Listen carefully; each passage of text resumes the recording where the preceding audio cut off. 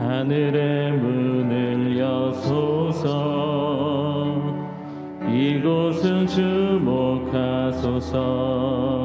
주를 향한 노래가 꺼지지 않으니 하늘을 열고 보소서. 이곳에 임재하소서. 주님을 기다립니다.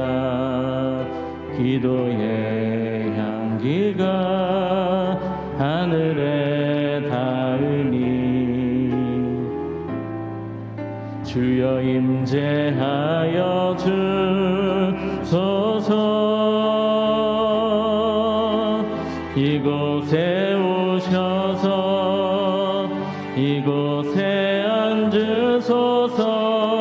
이곳에서 드리는 예배를 받으소서.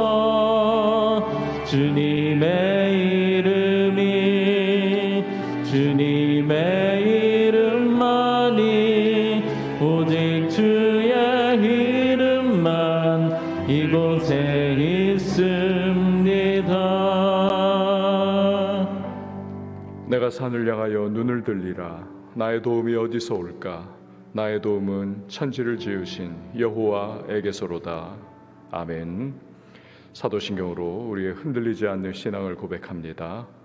전능하사 천지를 만드신 하나님 아버지를 내가 믿사오며 그 외아들 우리 주 예수 그리스도를 믿사오니 이는 성령으로 잉태하사 동정녀 마리아에게 나시고 본디오 빌라도에게 고난을 받으사 십자가에 못 박혀 죽으시고 장사한 지 사흘 만에 죽은 자 가운데서 다시 살아나시며 하늘에 오르사 전능하신 하나님 우편에 앉아 계시다가 저리로서 산자와 죽은 자를 심판하러 오시리라.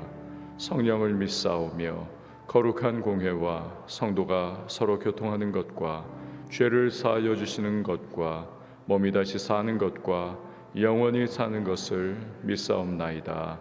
아멘. 앉으셔서 찬송가 364장 찬양합니다.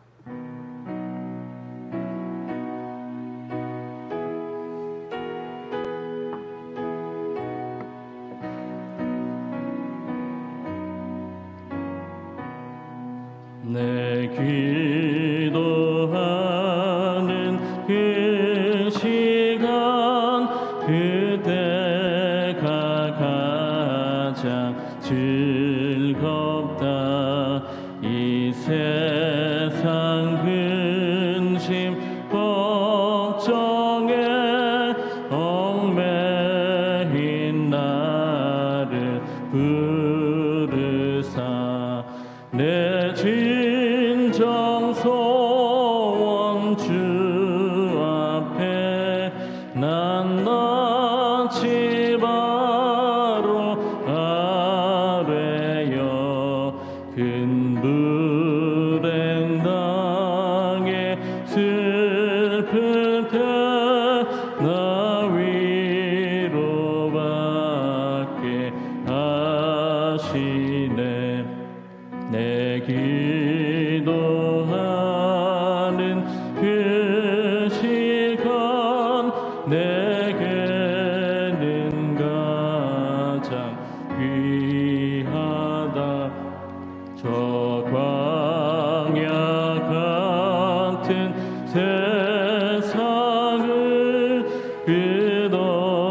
끝없이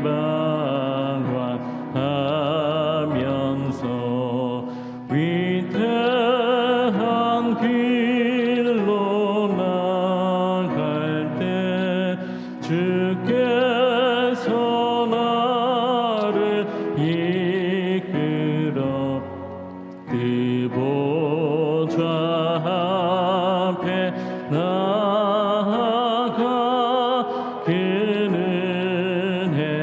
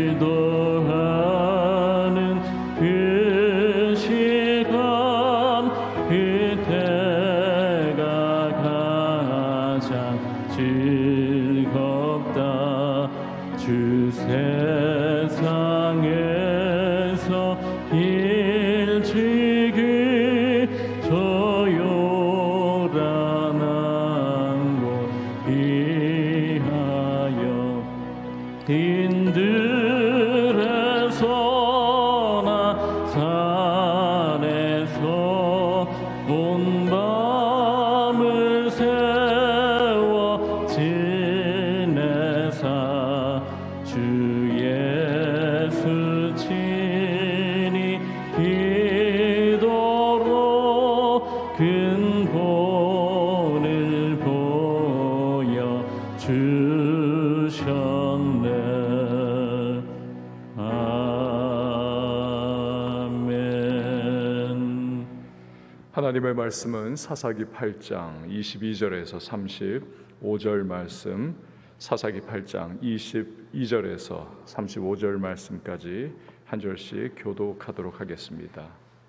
그때 이스라엘 사람들이 기드온에게 이르되 당신이 우리를 미디안의 손에서 구원하셨으니 당신과 당신의 아들과 당신의 손자가 우리를 다스리소서 하는지라. 기드온이 그들에게 이르되 내가 너희를 다스리지 아니하겠고 나의 아들도 너희를 다스리지 아니할 것이요 여호와께서 너희를 다스리시리라 하니라.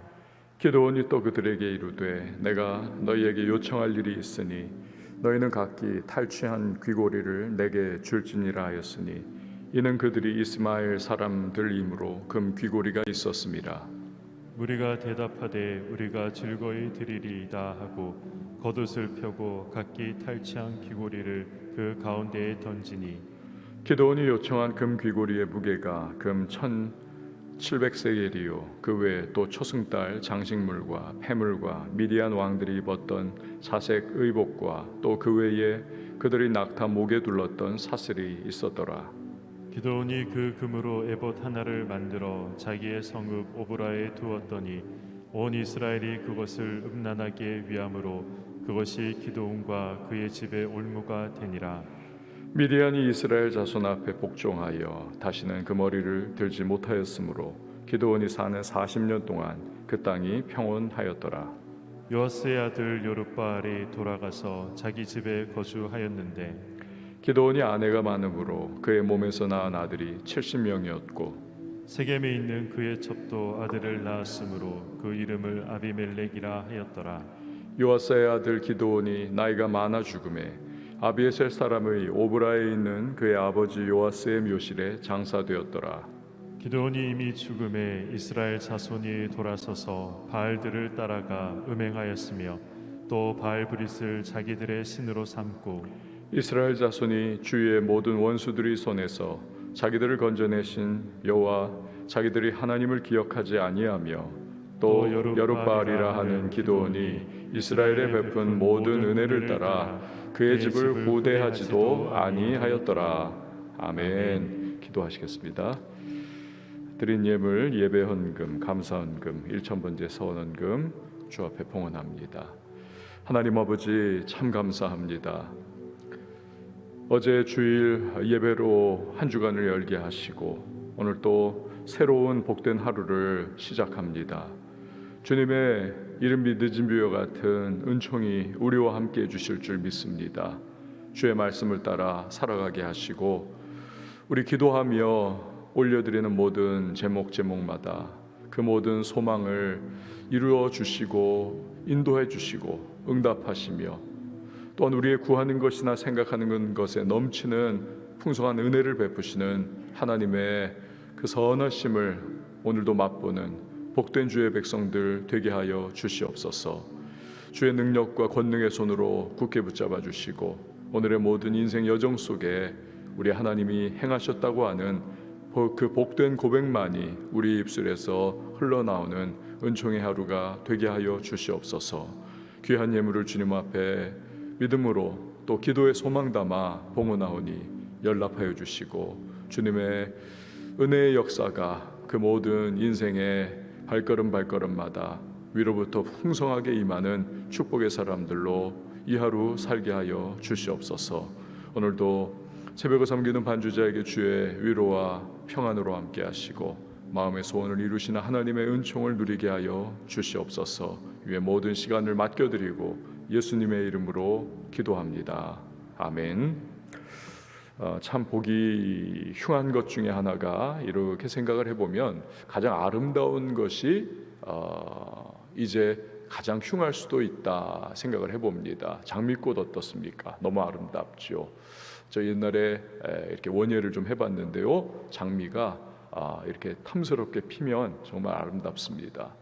그런데 나중에 보면 이제 그 진드기들이 달라붙어요. 그러면서 굉장히 좀 이렇게 이상하게 되고, 또 장미가 다 떨어지고 나면 그 꽃잎들이 그 바닥에 이렇게 툭 떨어져 가지고 이게 이제 다 썩어가는 그 과정, 그 모습을 보면 야, 이 장미가 이렇게 지고 나니까 흉하구나 생각을 합니다.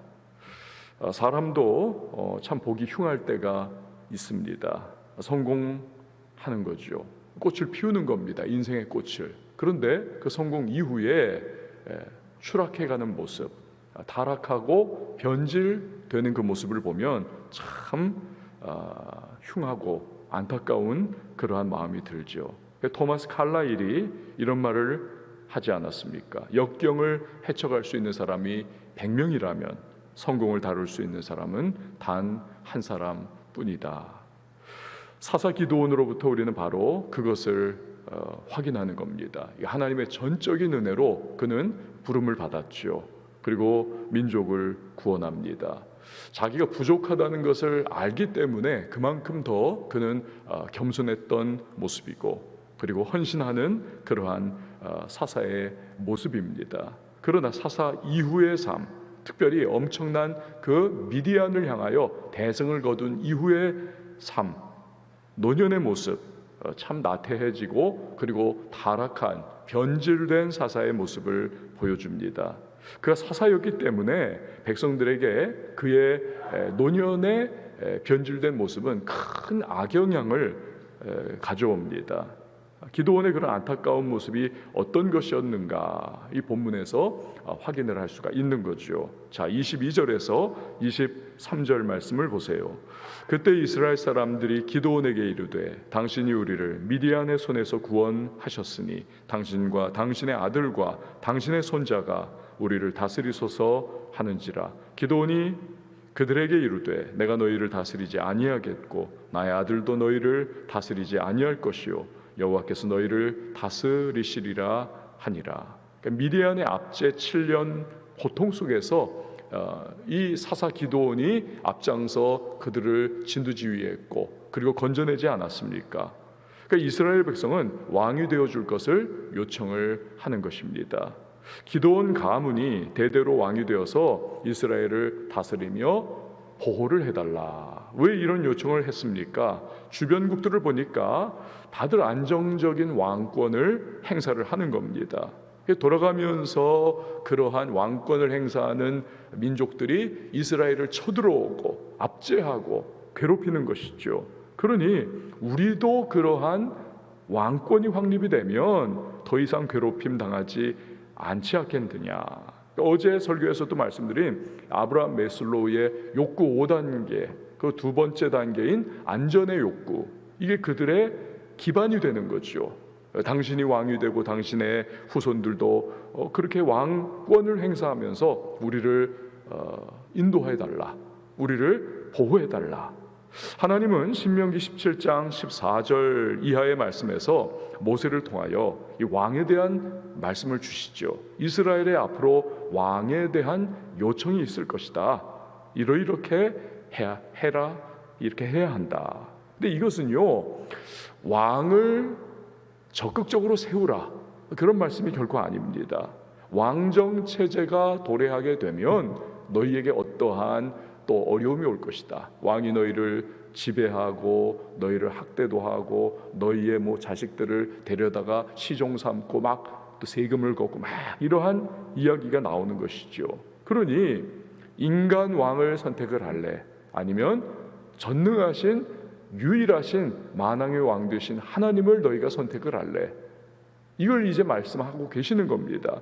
그러니까 하나님을 잘 섬기면 인간의 왕의 체제를 통해 너희가 얻고자 하는 그러한 알량한 보호와 알량한 그러한 구조, 그런 거 하나님이 다 책임져 주실 텐데, 그런 마음인 거죠.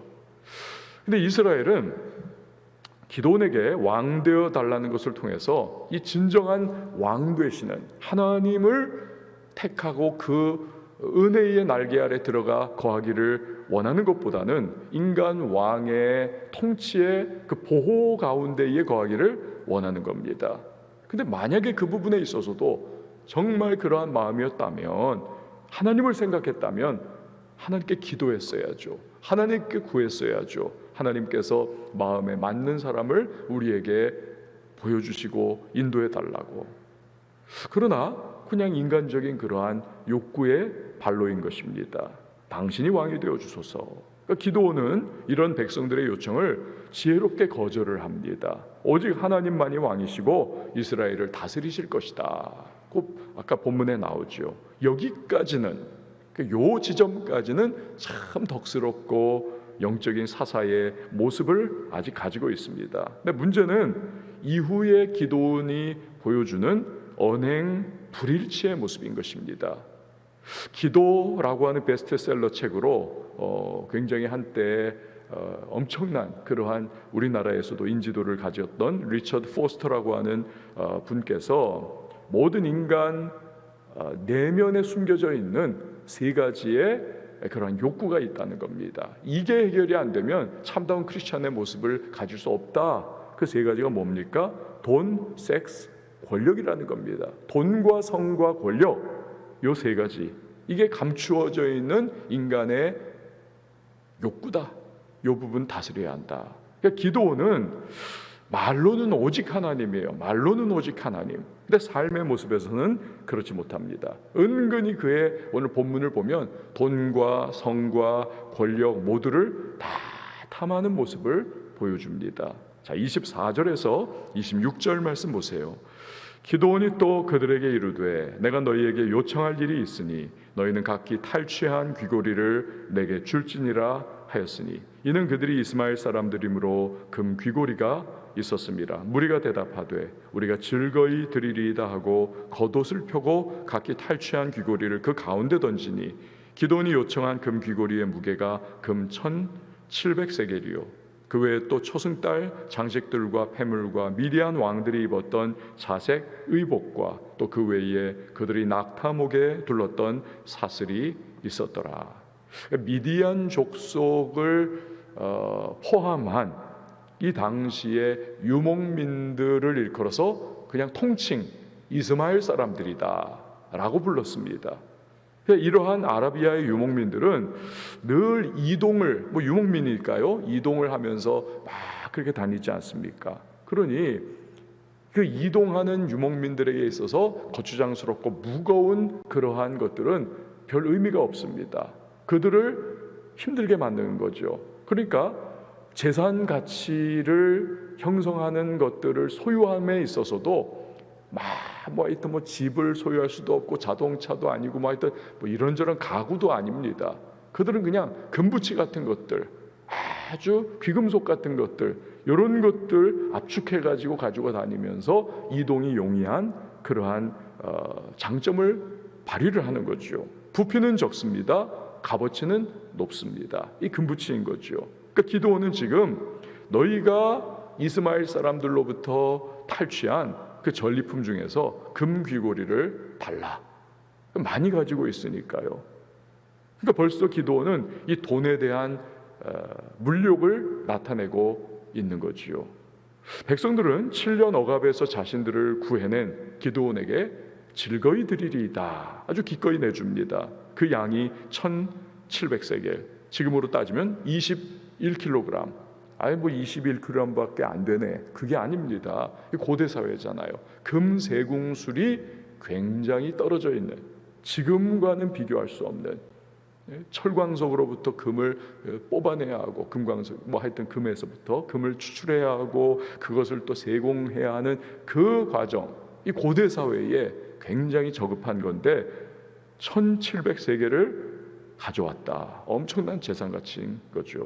근데 그 외에 기드온이 가진 것들을 보세요.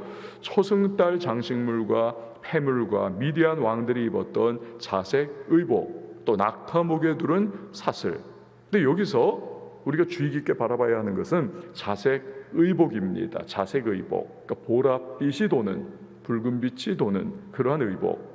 지중해의 조개로부터 추출한 염료를 가지고 염색한 천입니다. 굉장히 값어치가 있는 왕족과 귀족들이 입는 그러한 옷. 그런데 미디안의 왕들로부터 빼앗은 옷이다. 왕의 옷인 거죠. 그게 뭡니까? 돈뿐만이 아니라 기드온은 자기가 왕의 권력을 실질적으로 가지고 있는 사람이라는 것을 이미 옷을 통해서 다 드러내 보이는 겁니다. 하나님만이 너희의 우리의 왕이시다. 우리는 하나님의 통치를 받아야만 한다. 나는 왕 안 될 거야. 말로는 그렇게 했습니다만 이 인테그리티, 언행일치가 완전히 무너져 있는 그러한 기드온의 모습을 봅니다. 이게 속으로는 돈과 권력을 다 누리고 있는 그러한 모습. 이 죄성 많은 인간의 모습인 거죠. 언제든 타락할 수가 있습니다. 그럼 왜 타락했고 그는 왜 변질되었습니까? 공로의식이 머리를 들 때부터인 것이죠. 기드온이 포도즙 틀에서 그 밀을 몰래 그냥 심약해가지고 그 속에서 그냥 미디안 사람들이 혹시나 볼까 조마조마하면서 타작하던 그때는 겸손했습니다. 그때는 하나님 앞에서 벌벌벌벌 기면서 하나님만을 바라보았습니다. 의지했습니다. 근데 대성을 거두고 나니까 백성들이 왕 되달라고 할 정도로 일방적이고 압도적인 지지를 받다 보니까 이게 내가 했지라고 하는 그러한 공로의식, 이게 자기의가 되어가지고 머리를 치켜드는 겁니다. 근데 문제는 우리는 여기서 자유한가? 그렇지 않다는 것이죠. 다 똑같습니다. 우리도 죄성 가지고 있고 우리도 얼마든지 타락 변질할 수 있는 거죠. 그래서 늘 우리가 새겨야 할 것은 이 공로의식이 나를 죽인다, 우리를 망하게 한다, 이 생각을 가져야 하는 것이죠. 늘 대신에 압도적인 하나님의 은혜를 구하는 마음, 하나님의 은혜를 바라보는 우리의 영적 시선, 이걸 놓쳐서는 안 되는 것이죠. 우리 역시도 타락할 수 있는 존재이기 때문에 그걸 기억하면서 고린도전서 10장 12절 말씀을 마음속에 새기는 것이 필요합니다. 그런즉 선줄로 생각하는 자는 넘어질까 조심하라. 이 금과 옥조와 같이 우리의 마음의 신비에 새겨야 할 말씀 아니겠습니까? 그러니까 마귀는 약할 때 공격하는 것보다 더 즐겨 사용하는 전술이 우리가 서 있을 때, 이제는 뭔가를 이뤘을 때 공격하는, 이것이 마귀의 즐겨 사용하는 전술이다. 왜요? 훨씬 효과적이기 때문에, 이미 교만해 있고 이미 자기의와 공로의식이 우리 안에 마음에 차 있기 때문에 탁 치면 퍽 쓰러지는 거지요. 여러분, 저와 여러분이 오늘 기도 가운데에 이 말씀을 비추어 보면서 내가 지금 공로의식과 자기의의 함정에 빠져 있지는 않은지, 선줄로 생각하는 어리석은 마음은 없는지 우리 자신을 비추어 볼 수 있는 우리가 될 수 있기를 바랍니다.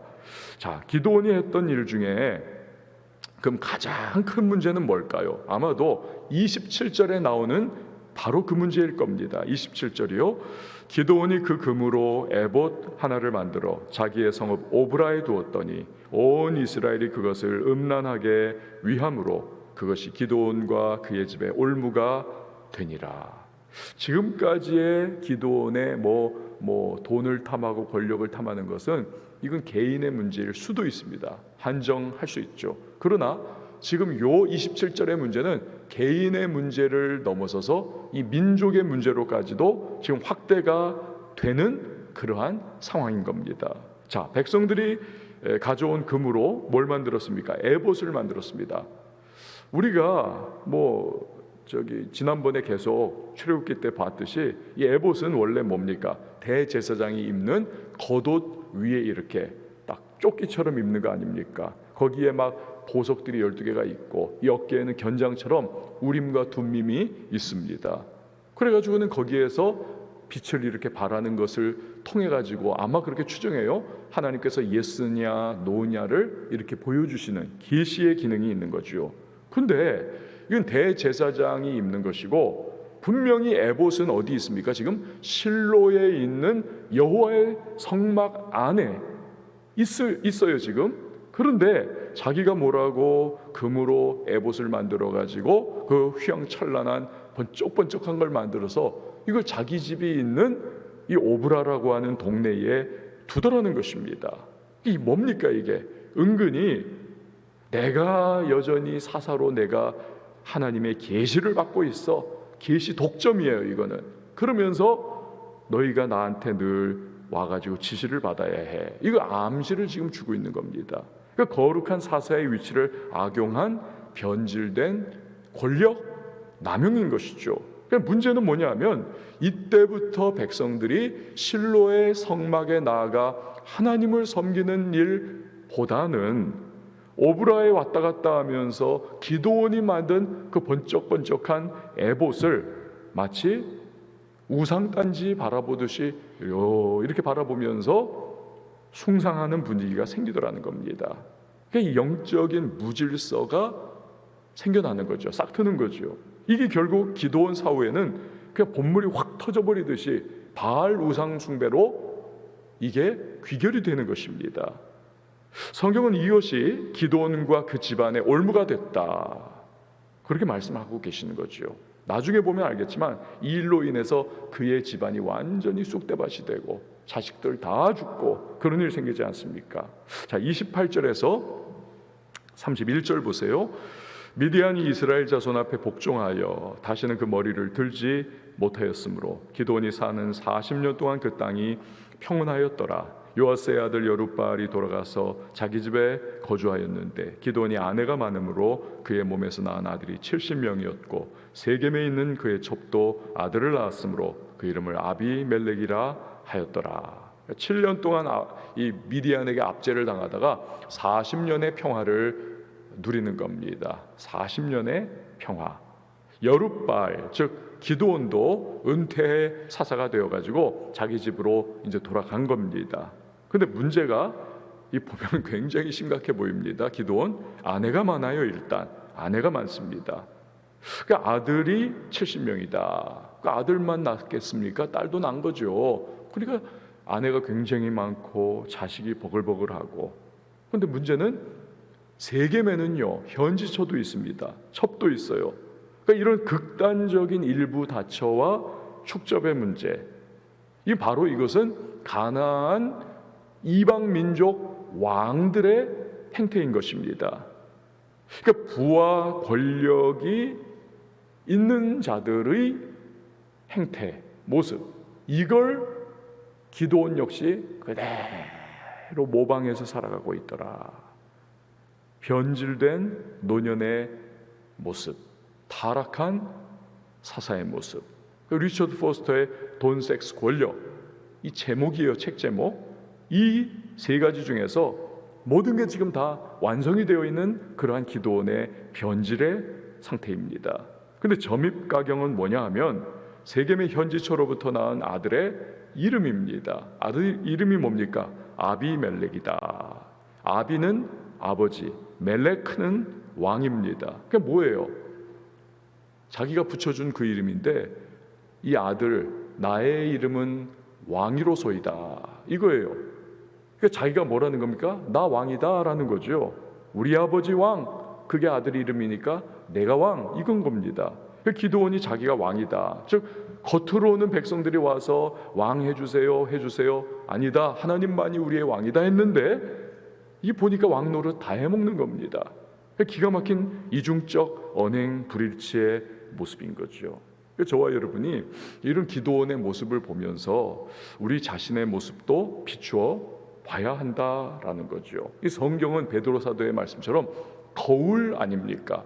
나는 그러한 모습은 없는가? 우리도 역시 똑같은 소욕을 가지고 있는 존재, 육신의 소욕을 가지고 있죠. 그렇기 때문에 늘 기도하면서 성령의 은혜 가운데 우리가 덮여 있지 않으면 거룩한 소욕이 우리 안에서 이게 지배적인 위치를 점하지 않으면 육신의 소욕이 이게 머리를 들면서 얼마든지 우리를 지배해 나가는 것입니다. 하나님 백성답지 않은 그러한 모습이 되는 거죠. 그러니까 우리가 거룩한 영적 몸부림을 쳐야 하는데 우리들 크리스천에게 있어서 이 시대는 그 어느 시대보다도 더 거룩한 몸부림을 치지 않으면 안 된다라는 것이죠. 자, 기드온의 방종과 타락은 그가 죽은 후에 이스라엘의 우상 숭배를 통해서 그 악영향이 얼마나 심각했던가를 잘 보여줍니다. 32절에서 35절 말씀을 보십시오. 요아스의 아들 기드온이 나이가 많아 죽음에 아비에셀 사람의 오브라에 있는 그의 아버지 요아스의 묘실에 장사되었더라. 기드온이 이미 죽음에 이스라엘 자손이 돌아서서 바알들을 따라가 음행하였으며 또 바알브릿을 자기들의 신으로 삼고 이스라엘 자손이 주위의 모든 원수들의 손에서 자기들을 건져내신 여호와 자기들의 하나님을 기억하지 아니하며 또 여룻바알이라 하는 기드온이 이스라엘에 베푼 모든 은혜를 따라 그의 집을 후대하지도 아니하였더라. 그러니까 정확한 하나님의 지시하신 말씀을 따라서 실로에 있는 성막에서 하나님을 섬겨야 함에도 불구하고 기드온이 에봇을 만들어서 자기 동네에 두고는 사람들은 그것을 신주단지 모시듯이 와가지고는 그 앞에서 비나이다 비나이다 하면서 그 눈으로 바라보며 변질되어 버리더라는 겁니다. 그러니까 이미 영적으로 다 허물어져 있던 이스라엘 백성들이 기드온이 죽어버리고 나니까 곧장 바알 숭배로 직진 앞으로 하더라는 것입니다. 그러니까 바알 브릿을 자기들의 신으로 삼았다. 성경이 기록하죠. 바알 브릿이 무엇입니까? 언약의 바알이라고 하는 의미를 가지고 있습니다. 언약의 바알. 여러분, 이스라엘 백성들에게 언약이라고 하는 단어는 누구에게 해당되는 문제입니까? 이건 하나님이에요. 언약의 하나님이신 겁니다. 하나님과 언약을 맺어서 그들은 언약 백성이 된 거죠. 근데 바알을 언약의 하나님, 바알을 언약의 바알이다. 바알 브릿. 이게 하나님은 팽개쳐 버리고 이제 우리의 신은, 우리의 하나님은 바알이다. 변질되고 타락하고 완전히 언약을 파괴해 버리는 모습입니다. 그러니까 이러한 모습이 가져올 비극은 앞으로 차고도 넘치게 될 것입니다. 노제가 이런 말을 했습니다. 백조는 목욕하지 않아도 희고 까마귀는 검정칠을 하지 않아도 까맣다. 그러니까 인간의 본성이 어떤 것이냐, 그걸 그대로 보여주는 그러한 말인 거죠.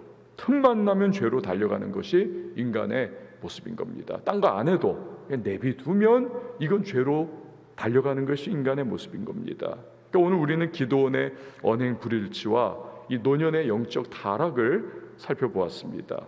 우리 역시도 언제든지 같은 문제에 휩싸일 수 있는 부족한 존재들이죠. 그러므로 날마다 주의 보혈로 씻김을 받고 날마다 기도로 성령 충만하지 않으면 안 되는 것입니다. 선줄로 생각하는 자, 넘어질까 조심하라 말씀 기억하면서 우리의 기도의 제목, 주여 끝까지 잘 달려가게 하여 주시옵소서. 기도원의 실패를 반면교사 삼아 끝까지 하나님 앞에 겸비하게 하여 주시옵소서. 이것이 우리의 기도의 제목이 될 수 있기를 바랍니다. 오늘 새로운 하루의 시작입니다. 주의 은혜 가운데에 거하며 오늘도 주의 말씀을 따라 인생길 살아가는 저와 여러분 될 수 있기를 주의 이름으로 축원을 드립니다. 함께 찬양하시고 기도하도록 하겠습니다. 날마다 숨쉬는 순간마다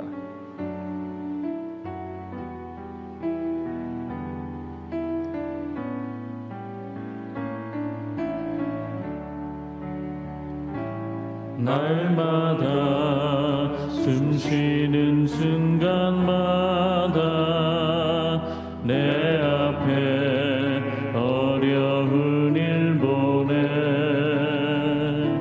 주님 앞에 이 몸을 맡길 때 슬픔 없네 두려움 없네 그 자비로운 손길 항상 좋은 것 주시도다 사랑스레 아픔과 기쁨을 수고와 평화와 안식을 날마다 주님 내 곁에 계셔 자비로 날 감싸 쏟아주시네. 주님 앞에 이 몸을 맡길 때 힘주시네. 위로함 주네. 어린 나를 품에 안으시사 항상 평안함 주시도다. 내가 살아 숨을 쉬는 동안 살피신다 약속하셨네. 인생의 어려운 순간마다 주의 약속 생각해보네. 내 맘속에 믿음 잃지 않고 말씀 속에 위로를 얻네. 주님의 도심 바라보며 모든 어려움 이기도다.